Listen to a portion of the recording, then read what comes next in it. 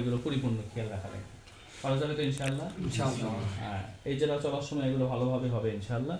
যেহেতু কিতাব শেষ হচ্ছে এই জন্য একটা দোয়ার আয়োজন, সময় খুব সংক্ষিপ্ত।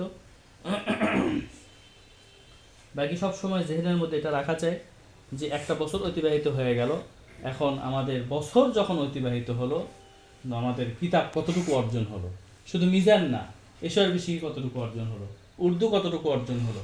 উর্দু এখন আমি কি যে কোনো উর্দু সামনে আসলে এই যে কত উর্দু আছে দিক দিয়ে, এই উর্দুগুলো আমি নিজে নিজে পড়ে অর্থ তুলতে পারি কিনা, যদি না পারি তাহলে আমাদের মিজান অর্জন হয়নি, উর্দু পড়া অর্জন হয়নি।